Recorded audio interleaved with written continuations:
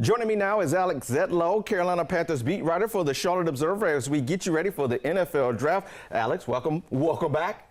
Thank you so much. I'm so happy to be here. Absolutely. Let's get right to it. Jalen Walker, most mock drafts say he will be coming home to play here for the Carolina Panthers. Why is Jalen a fit here in Carolina?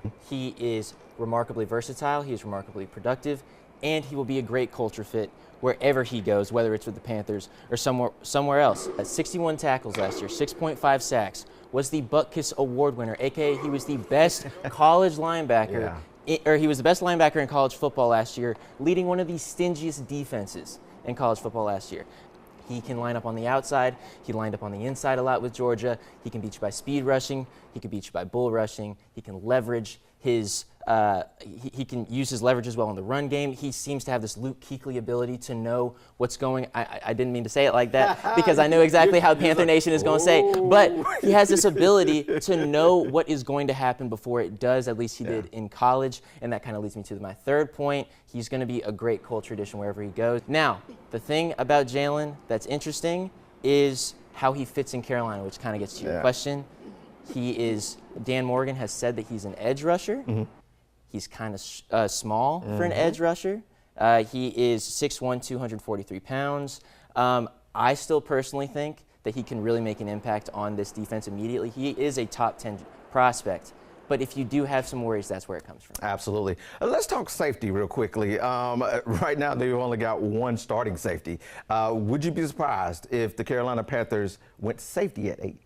I'd be surprised if they go at 8. Yeah. However, when it comes to, and we're going to talk about this in a second, the Panthers do have a desire to trade back. At least they seem to have a desire to trade back. If they can find a way to do so, what happens if they get in a sweet spot to get this guy named Nick Emanwari from South Carolina? Yeah.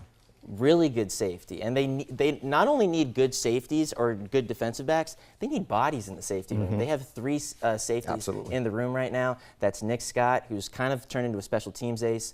There is Trayvon Moehrig, who they got free agency. And then they got Damani Richardson, this guy who really was a pleasant surprise last year, but is still an undrafted free agent from a year ago. Could they go offense at 8? You know, Dan said last week, you know, and Dave Canales said they're okay with the wide receiver room.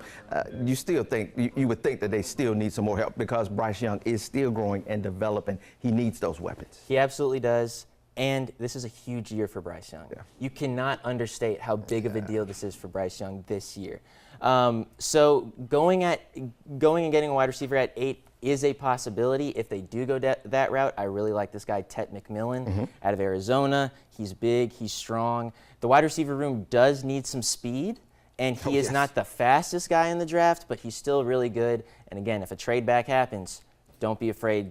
Don't be surprised if you see, you know, a Matthew Golden or something like that. I was about to say Matthew Golden, the fastest receiver at the combine, 4.240. The guy is lightning fast, and he plays 4.24. He plays fast, so possibly it's a possibility. Yeah, absolutely. Let's talk about trading back. Now, Dan Morgan in the press conference last week, you know, he really sounded like he was hedging towards wanting to trade back, but it can only happen if he has a trade partner. Absolutely. Here's the thing about trading back. It takes 2 to make this dance happen. and Dan Morgan, I thought it was interesting. He kept using the word, if we get stuck at 8. And that kind of sent the fan base into conspiracy mode or whatever the proper thing is. But look, I think it's true. If the Panthers can find a trade partner to trade back with, they will. A couple options. This isn't like a crystal ball. This is just some things that make sense in Alex's eyes. You got the Houston Texans. At 25, they really need an offensive tackle. Their offensive line was struggling last year, and there are a couple really good offensive tackles in this year's draft. And similarly, you got the Dolphins at number 13, who could really use a running back. What happens if Ashton Jonty falls down a little bit and is available at number 8? Could a team that has really fallen in love with this guy from Boise State come in and get it at number 8? Amari Hampton from North Carolina. Yeah, he's getting a lot of push too. You know, these are all possibilities. I will just say I will push back on one thing. So with Derek Carr's shoulder injury with the Saints are all of a sudden in need of a quarterback. One possibility that was thrown out there earlier was the Pittsburgh Steelers at 21 coming in and trying to swoop in before the Saints at 9 to get Shedeur Sanders. Now upon some further reflection, I don't think that's going to happen. The Steelers gave up a lot to get DK Metcalf. They really can't use up any more draft capital to move up in the draft. So I don't think that's possible. But hey, I just named a couple: Dolphins, Texans. A lot of there are possibilities. It's just going to be difficult. After the 8th pick, kind of looking at the draft beyond that, the Panthers have 8 more picks. How do you see this thing playing out for the Carolina Panthers as far as the rest of the draft past 8? The second round through the rest of the draft is where things can get interesting. I really like, to your point of getting some offensive help, I really like this idea of getting a wide receiver or a tight end with that number 57 pick, that second round pick.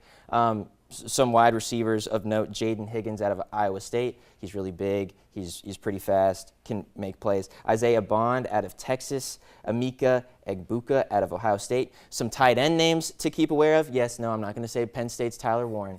I don't think that's happening. Exactly. But I think Oregon's Terrence Ferguson, Miami's Elijah Arroyo are possibilities. So if those names happen, call me a genius. If not, let's just forget this ever happened. Let me throw another wide receiver name out at you, Jalen Lane. He's from Clover, South Carolina. His dad was the high school coach at Clover, and he played at Clover. And then once his dad left Clover, he transferred, or he actually went to Middle Tennessee. So that's another name to watch out for, another homegrown guy. We got a lot of homegrown guys around this area that could be on the Panthers' radar this week. Oh, absolutely. And I'm so happy you mentioned Jalen Lane, by the way.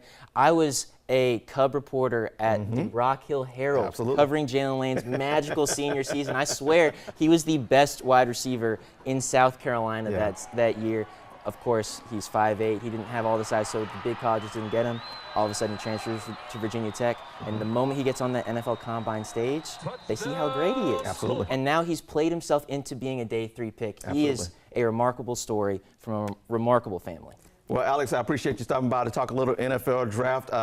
Thursday can't get here fast enough, and we'll find out what the Carolina Panthers do with that 8th pick.